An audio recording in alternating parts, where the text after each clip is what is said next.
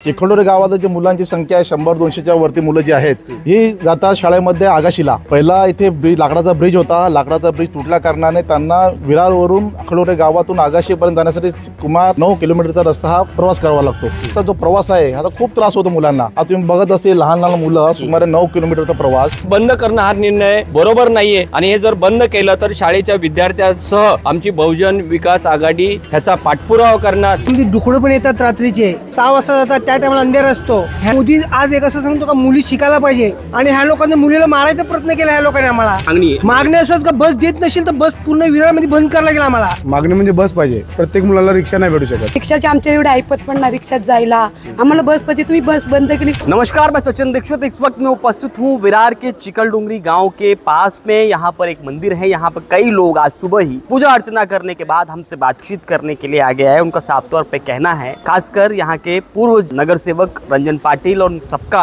साफ तौर पे कहना है कि जिस प्रकार से महापालिका की जो बस की सुविधा थी, जिसके माध्यम से बच्चे विद्यार्थी अपने विद्यालय के लिए जा रहे थे, उनके लिए अब बस सेवा कहीं न कहीं रुकती नजर आ रही है, जिसकी वजह से यहाँ के जो विद्यार्थी हैं, आप देख सकते हैं बहुत सारे विद्यार्थी बच्चे जो शनिवार के दिन भी यहाँ पर उपस्थित हैं, वो नाराज है। उनका कहना है कि अगर बस सुविधा बंद हो जाएगी तो हम विद्यालय कह जाएंगे, क्योंकि इस तरह की व्यवस्था बंद होने पर तमाम बार प्रश्न चिन्ह उठे हैं। तो आइए हम बातचीत करते हैं जनप्रतिनिधि से। रंजन जी, क्या कहेंगे, क्योंकि आप इस इलाके में लगभग काम करते रहे लंबे समय तक, अगर महापालिका की ये सेवा बंद होती है तो कितनी समस्या का सामना आएगा, और जिस तरीके का बात सामने आ रही है कि अब सेवा बस नहीं आएगी, तो इस पर क्या कहेंगे? सर्वप्रथम सर्वांना नमस्कार आणि थँक्स बोलेल तुमच्यासाठी का तुम्ही हा विषय घेऊन आमच्या गावापर्यंत पोहोचले। विषय असा आहे की आमचे लोकनेते श्री हितेंद्रजी ठाकूर, क्षितिज दादा, राजेश पाटील आमदार ह्या लोकांनी जेव्हा 2012 मध्ये परिवहन सेवा चालू केली तेव्हापासून आमचा चिखलदरा गाव आहे हा विरारपासून 3 किलोमीटर आणि या चिखलदरा गावात जी मुलांची संख्या आहे 100-200च्या वरती मुलं जी आहेत ही जातात शाळेमध्ये आगाशीला। पहिला इथे लाकडाचा ब्रिज होता, लाकडाचा ब्रिज तुटल्या कारणाने त्यांना विरारवरून चिखलदरा गावातून आगाशीपर्यंत जाण्यासाठी सुमार 9 किलोमीटरचा रस्ता हा प्रवास करावा लागतो।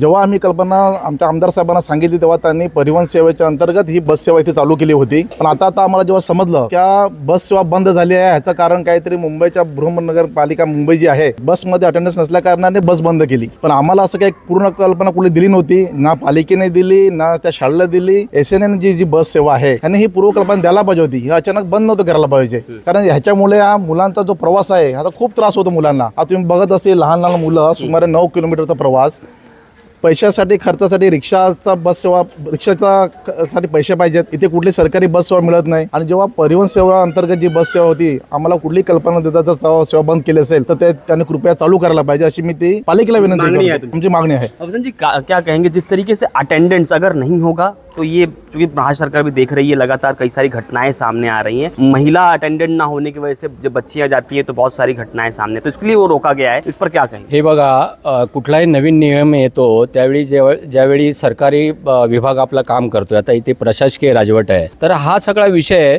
जी खाजगी कंपनी बस पुरवठा करते त्या कंपनीनी की आम्ही असा निर्णय घेतोय जे आम्हाला अटेंडन्स हवंय हे पालिकेच्या निदर्शनास आणून द्यायला हवं होतं। आणि पालिकेने काय करायला पाहिजे होतं की ज्या ज्या शाळांना सेपरेट बस पुरवतायत त्या शाळेचे मुख्याध्यापक असतील किंवा कोणी जबाबदार व्यक्ती असतील त्यांना बरोबर घेऊन काहीतरी विचार विनिमय करून त्याच्यामध्ये तोडगा काढणं गरजेचं आहे, नाही की बस बंद करणं गरजेचं आहे। मुलांची गैर, आता जे लोकप्रतिनिधी आहेत जुने त्यांनी सांगितलं की हे सगळं लोकांसाठी आहेत आणि बस सेवा पण लोकांसाठी आहे। तर माझं म्हणणं एवढंच आहे की प्रशासनाने बरोबर बसून ज्या शाळा आहेत, ज्या शाळांना बस पुरवठा होतोय त्या शाळेच्या मुख्याध्यापकांशी बोलून की त्याच्यातून मार्ग काढला पाहिजे की एकतर तुम्ही अटेंडन्स द्या, जो नवीन GR शासनाचा आलाय, मान्य आहे सिक्युरिटी ही हवी आहे, नाही म्हणत नाहीये, पण त्यासाठी कसं आहे त्याच्यातून तोडगे सुद्धा आहेत ना, बरेच आहेत। इतर शाळांना सुद्धा बंद करायचा निर्णय तो बंद करणं हा निर्णय बरोबर नाहीये आणि हे जर बंद केलं तर शाळेच्या विद्यार्थ्यांसह आमची बहुजन विकास आघाडी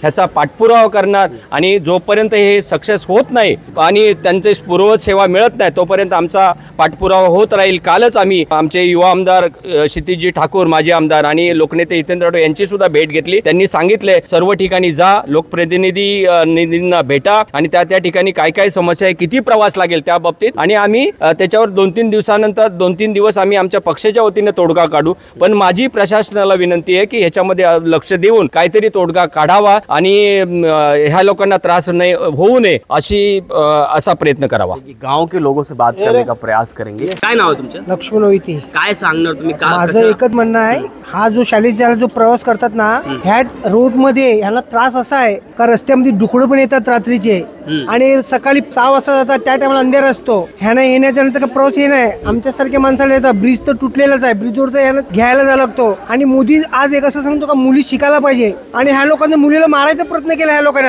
आम्ही मुलीला न पाठवतो, आज आमचे असे झाले का आम्ही मुलाला पाठवायचीच नाही. मुलगीच्या मागे आम्ही जायचं तर मुलगीला शिकायचं कुठून आम्ही? आणि मोदी असा आवाज उठवतो, मोदीला आम्हाला तर बंडल बोलायला लागेल. आम्हाला भाजप सरकार यायला लागलं बघ, देवेंद्र फडणवीस आता बेकार बोलू शकतो. पैसे घ्यायचे मागे का मला का समजत नाही. आता काय मागणी आहे? मागणी असंच का बस देत नसेल तर बस पूर्ण विरारमध्ये बंद करायला लागेल आम्हाला. ओके, हे पहिला काम करायला लागेल. त्याला वाटेल आम्ही आवाहन करतो तुम्ही रस्त्यावर उतरले तर आम्ही दिल्लीपर्यंत पोहोचू शकतो आणि ती बस डायरेक्ट बंद करू शकतो. एवढा आमचा आवाज आहे.